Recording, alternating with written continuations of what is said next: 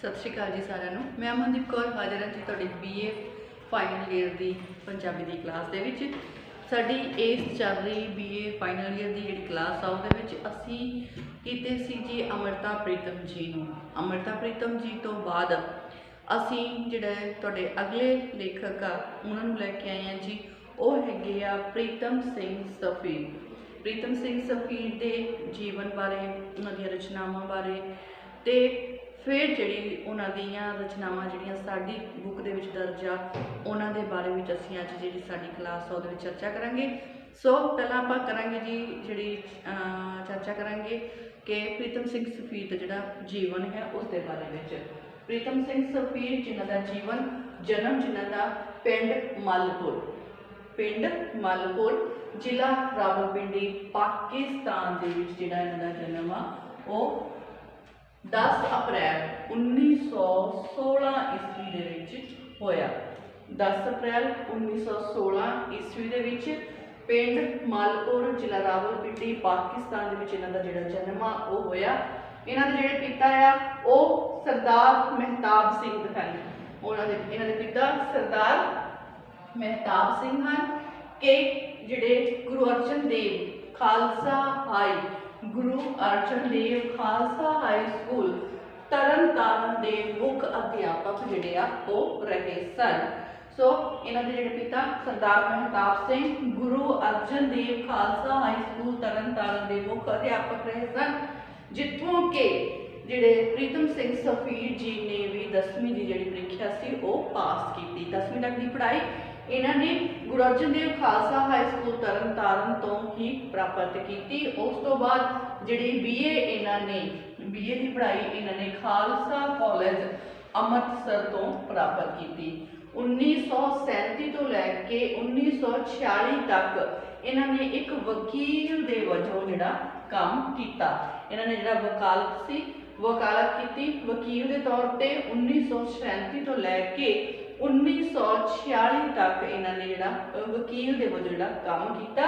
फिर Delhi high court के जज भी रहे सन। दिल्ली हाई कोर्ट के जिहड़े जज आ वो भी रहे। इस तो बाद जिहड़ा दिल्ली हाई कोर्ट के जज के रूप में फिर ये सेवा मुक्त होए सन। सो कहते इन्हां दी जिहड़ियां रचनावां आ रचनावां जिहड़ियां हैगियां कहते प्रीतम सिंह सफीर जिहड़े हैं उन्होंने 1930 तो ही जिहड़ा लिखना है वो शुरू कर दिता सी। 1930 तो ही लिखण लग पे सन। इन्हां दा जिहड़ा पहला काव्य संग्रह कत्तक कुंजा, पहला काव्य संग्रह कत्तक कुंजा 1941 दे विच जिहड़ा लिखिया गया। उस तो बाद पाप दे सोहले 1942, राग रिश्मा 1946 ते उस तो बाद रक्त बूंदा 1946 दे विच लिखिया गया। आद जुगाद 1958 दे विच, सरब काल 1960 दे विच, गुरु गोबिंद 1966 दे विच। उस तो बाद अनेक विस्तार अगम अगोचर संजोग ते सित इन्हां दियां होर रचनावां सन, जिन्हां विचों अनेक विस्तार जिहड़ी रचना है अनेक विस्तार नूं भारतीय साहित्य अकादमी का जिहड़ा पुरस्कार है वो भी जिहड़ा प्राप्त होया सी।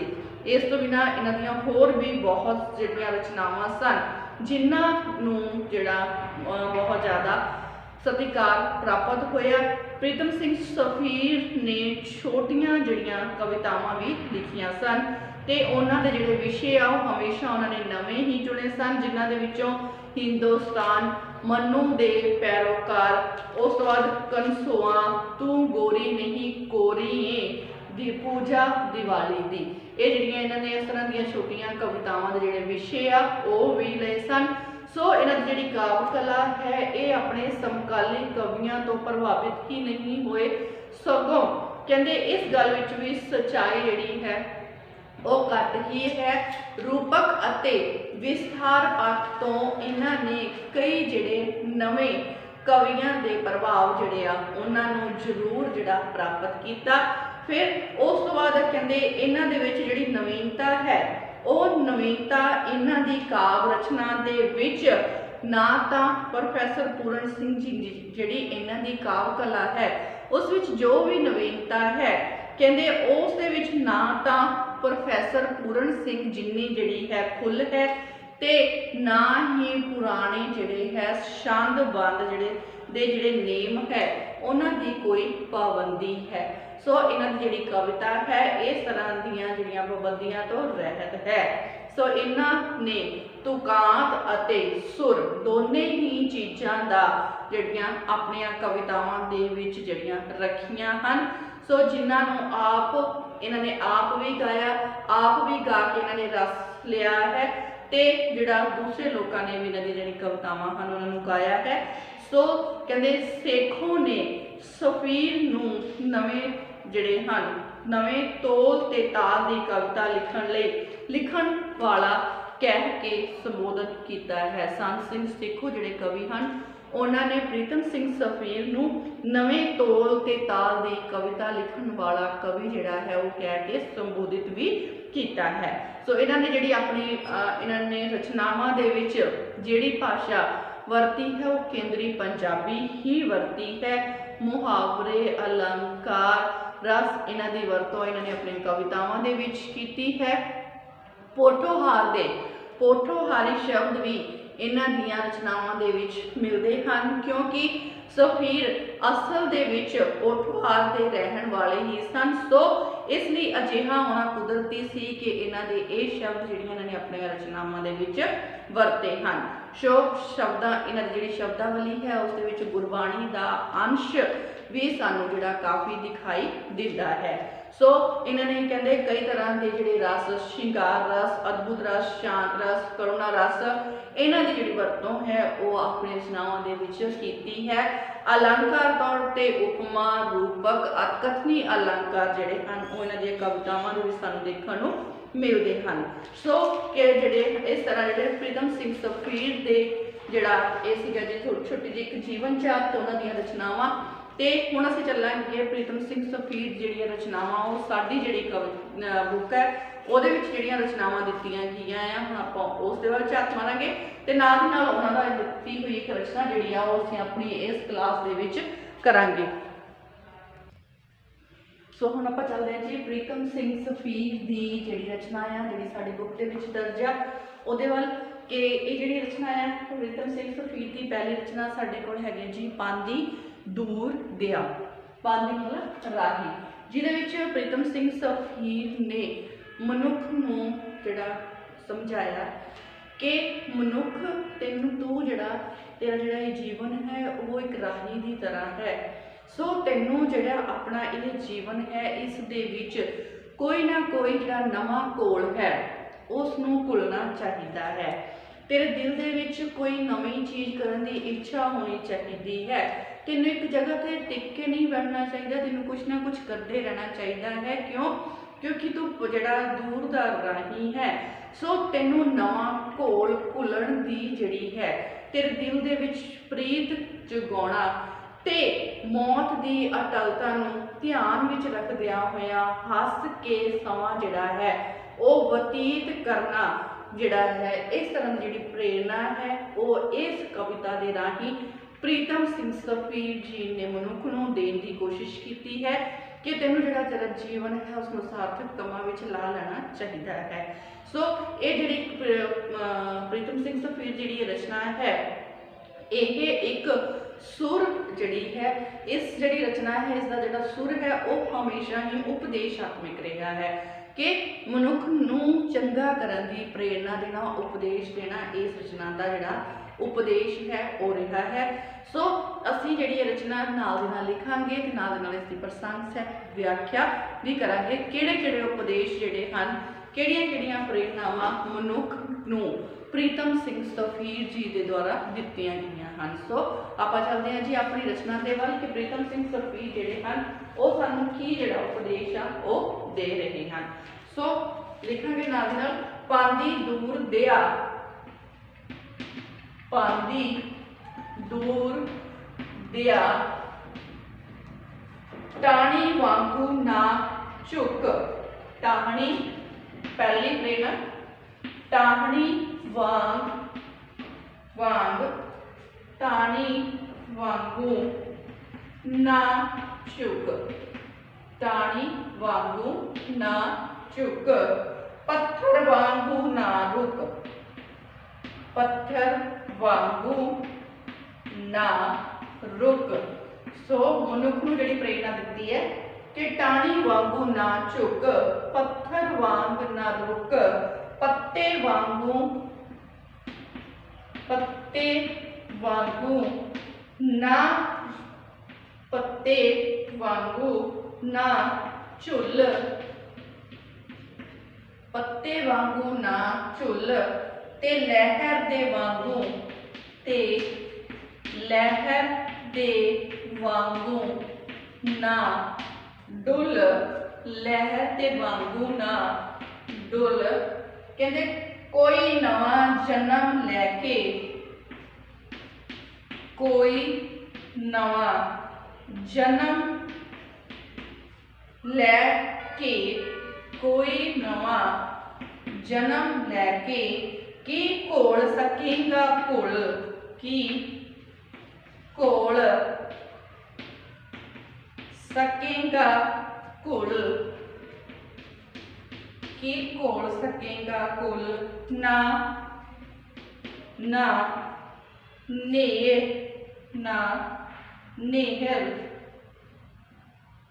ना नेहर मचा ऐना, ना नेहर मचा ऐना, सर चश्मिया, सर चश्मिया, सर चश्मिया, सर चश्मिया नूर दिया, सर चश्मिया नूर दिया। सो जिहड़ा प्रीतम सिंह सफीर जिहड़े हन उन्होंने सानू जिहड़ी इस कविता दे विच समझाउण दी कोशिश की है कि आधुनिक मनुख दी जिहड़ी भटकण है, भटकण ते मानसिक अवस्था जिहड़ी है, भटकण मानसिक अवस्था बेचैनी दा इलाज दृढ़ता अते विश्वास कर जिहड़ा है विश्वास धारण करन दे विच ही दस्सिया है कि मनुख तेरी जिहड़ी बेचैनी है उस दा जिहड़ा हल है वो दृढ़ विश्वास दे विच ते मन दे विच कोई ना कोई धारणा धारण दे विच ही है। सो हे मनुख तू दूर दा पांदी है, पांदी दूर दिया, कहते तू जिहड़ा है वो दूर दा पांदी है राही है। सो तेनू ना तां टाणियां दे वांगू झुकना चाहिदा है, ना टाणी वांगू झुक। सो तेनू टाणियां दे वांग झुकना नहीं चाहिदा ते ना ही पत्थर वांगू तेनू एक जगह ते रुकना चाहिदा है। तेरा जिहड़ा जीवन है वो सदा ही चलायमान है ते तेनू इस जीवन नू सार्थक करना चाहिदा है। सो कहते तू दूर दा राही है, पांदी है, तेनू टाणी दे वांग नहीं झुकना चाहिदा ते तेनू पत्थरां वांगू एक जगह ते रुक के नहीं रहना चाहिदा, पत्तियां वांगू तेनू झुलना नहीं चाहिदा। हवा आउंदी है पत्ते झुलन लग जाते हैं, सो तेनू भी इधर उधर जिहड़ा है झुलना नहीं चाहिदा ते लहरां वांग तेनू डोलना नहीं चाहिदा, लहरां वांगू तेनू डुलना नहीं चाहिदा। कोई नवा जन्म लैके, सो फिर कहंदे जेकर तू कोई नवा जिहड़ा जन्म है, जेकर तू कोई नवा जन्म लैके कोई घोल घोल सकदा है, कोई नवा जिहड़ा कुछ कर सकदा है, जेकर तू कोई नवा जन्म लैके कोई घोल घुल सकदा है तां तैनू ओह घोल घुलना चाहिदा है। भाव कि तैनू जिहड़ी मेहनत है वो करनी चाहिदी है। जेकर तू कोई नवा काम कर सकदा है तां तैनू जिहड़ा है वो करना चाहिदा है।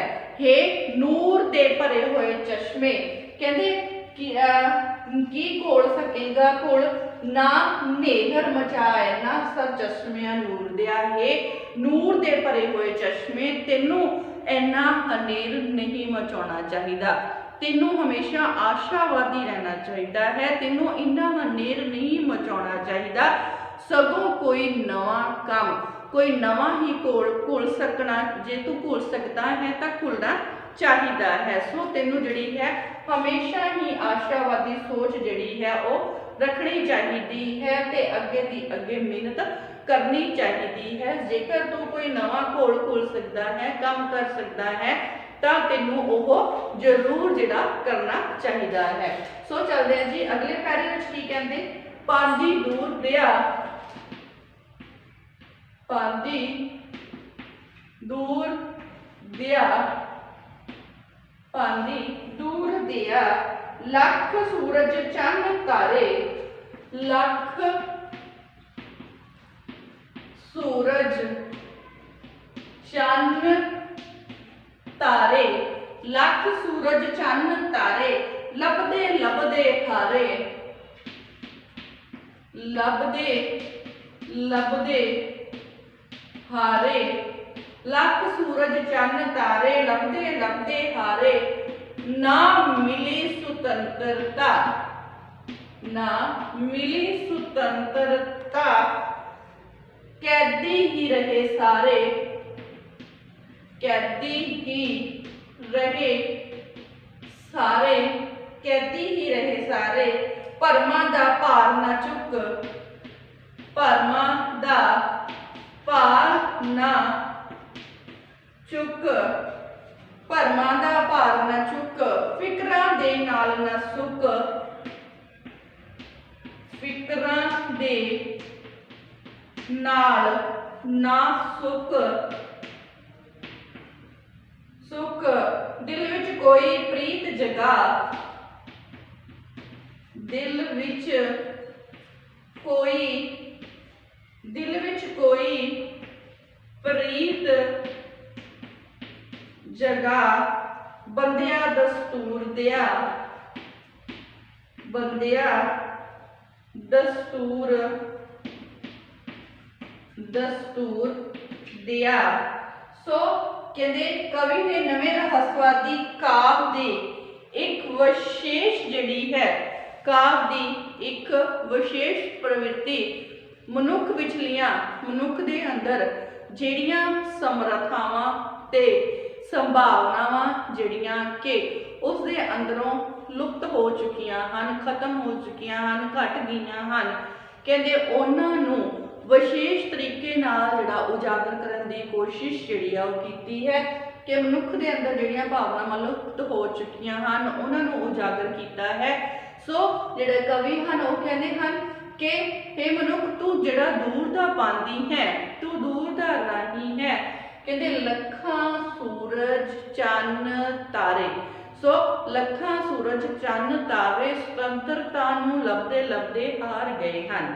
ਉਹ ਸੁਤੰਤਰਤਾ ਚਾਹੁੰਦੇ ਹਨ, ਸੁਤੰਤਰਤਾ ਨੂੰ ਲੱਭਦੇ ਲੱਭਦੇ ਹਾਰ ਗਏ ਹਨ, ਪਰ ਉਹਨਾਂ ਨੂੰ ਇਹ ਸੁਤੰਤਰਤਾ ਹਜੇ ਤੱਕ ਨਹੀਂ ਮਿਲੀ। ਸੋ ਉਹ ਇਸ ਨੂੰ ਲੱਭਦੇ ਲੱਭਦੇ ਹਾਰ ਚੁੱਕੇ ਹਨ, ਸਾਰੇ ਦੇ ਸਾਰੇ ਬੰਧਨਾਂ ਦੇ ਕੈਦੀ ਹੀ ਰਹਿ ਗਏ ਹਨ। ਸੋ ਇਹ ਜਿਹੜੇ ਬੰਧਨ ਹਨ ਇਹਨਾਂ ਦੇ ਵਿੱਚ ਉਹ ਕੈਦੀ ਹੀ ਬਣੇ ਹੋਏ ਰਹਿ ਗਏ ਹਨ। ਭਰਮਾਂ ਦਾ ਭਾਰ ਨਾ ਚੁੱਕ, ਸੋ ਇਹ ਮਨੁੱਖ ਤੂੰ ਦੂਰ ਦਾ ਰਾਹੀ ਹੈ, ਤੈਨੂੰ ਨਾ ਤਾਂ किसी प्रकार के कोई भरम का जिहड़ा भार है वो चुकना चाहिए है, ना तो किसी प्रकार के भरमां दे विच पैना चाहिए है, ते ना ही फिकरां दे विच, ना ही बिना मतलब के फिकरां दे विच पै के सुकना चाहिए है। ना तो तेनों कोई भरम भुलेखे विच पै के उस भरम का भार चुकी फिरदे रहना चाहिए है, ते ना ही फिकरां दे विच अपनी जिहड़ी जिंदगी है उसनूं खत्म करना चाहिए है कि तू जिहड़ा है फिक्र दे विच अपनी जिहड़ी जिंदगी है उसनूं व्यर्थ ही खत्म करता रही, इस तरह का नहीं करना चाहिए। सो कहंदे तू जिहड़ा कि दिल विच कोई प्रीत जगा, बंदिया दस्तूर दिया। सो हे दस्तूर वाले, हे असूल वाले बंदे, तैनूं हमेशा ही असूलां वाला जिहड़े असूल हन वो धारण करने चाहिए हैं, असूलां दा जिहड़ा बंदा है वो कहाना चाहिए है। सो तेनू अपने दिल दे विच कोई नवी ही प्रीत जिहड़ी है वो पैदा करनी चाहिए है, नवे असूल अपने दिल विच पैदा करने चाहिए हैं, उन्हां असूलां नूं पूर्ण करना चाहिए है, ते अपने दिल दे विच कोई नवी प्रीत, कोई नवा करन दी चाह जिहड़ी है वो हमेशा पैदा करके रखनी चाहिए है। हमेशा आशावादी जिहड़ी सोच है वो तैनूं रखनी चाहिए है। सो हम चलते हैं जी अगले पैरे वाल। अगले पैरे दे विच जिहड़ा की कहण दी कोशिश करते हैं प्रीतम सिंह सफीर। सो आप चलते हैं जी अपने अगले पैरे दे वाल। अगले पैरे दे विच जिहड़ा है वो की कहण दी कोशिश करते हैं प्रीतम सिंह सफीर। सो अगले पैरे विच चलांगे जी। कहंदे पांदी दूर दिया, पांदी दूर दिया दुनिया दे अंदर वार, दुनिया दे अंदर वार, दुनिया दे अंदर वार कोई नदी, कोई दुनिया दे अंदर वार कोई नदी चले एक सार, कोई नदी चले एक सार, कोई नदी चले एक सार जीवन दी हद विचों, जीवन दी हद विचों, जीवन दी हद विचों वह जीवन दी हद विचों वह जो पहुंचे, जो पहुंचे पार, जो पहुंचे पार होई नू इयों ना घूर, इयों ना घूर रब वांग मौत मशहूर, रब वांग मौत मशहूर,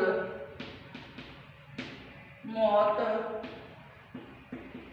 मशहूर, रब वांग मौत मशहूर हस के जुगां नूं लंघ, हस के जुगां, हस के जुगां नूं लंघ, हस के जुगां नूं लंघ वणजारिया तूर दिया, वणजारिया तूर, वणजारिया तूर दिया पांदी तूर दिया।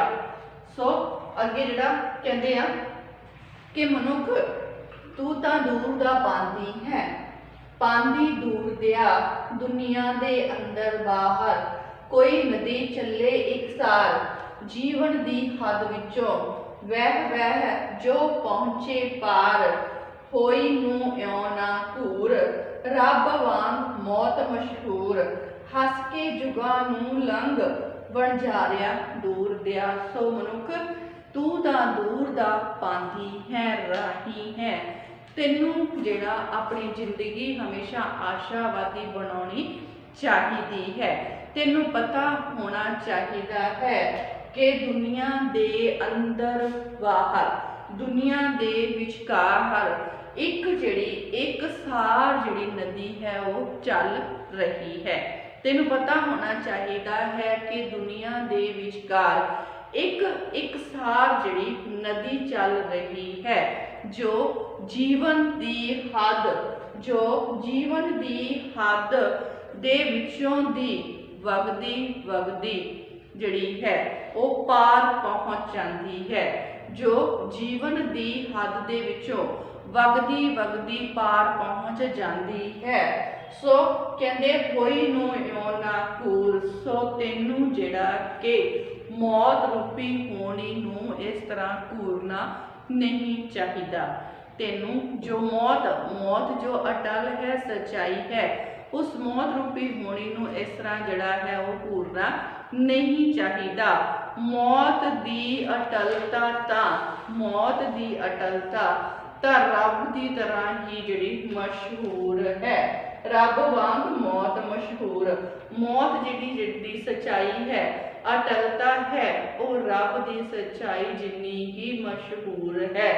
सो तैनू इस करके हस के जुगां नूं लगा, सो तैनू इस करके मौत के डर दे पिछे अपना समा जिहड़ा है वह लंघाउणा नहीं चाहिदा। इस करके तेनों जिहड़ा मौत का डर है अपने अंदरों ला देना चाहिदा है ते अपना समा हमेशा ही हस हस के गुजारना चाहिदा है। सो वणजारिया दूर दिया पांदी, दूर दिया तू तां दूर दा पांदी है राही है। सो तेनों जिहड़ा अपनी जिहड़ी जिंदगी है वो हमेशा ही हस खेड के आशावादी तरीके नाल जिहड़ी है जिउणी चाहिदी है। जे तेरे अंदर कोई होर नवा काम करन दी जिहड़ी काबलियत है, इच्छा है, तां तैनूं जिहड़ा हमेशा ही जिंदगी दे विच कुछ ना कुछ जिहड़ा नवा करते रहना चाहिदा है। सो इस जिंदगी नूं सार्थक कमां विच लाउंदे होए हमेशा ही आशावादी रहण दी जिहड़ी उपदेश है, प्रेरणा है, इस विच जिहड़ा प्रीतम सिंह सफीर ने सानूं जिहड़ी आ दित्ती है। सो अज दी जिहड़ी क्लास आ असीं इत्थे ही समाप्त करांगे जी। धन्नवाद।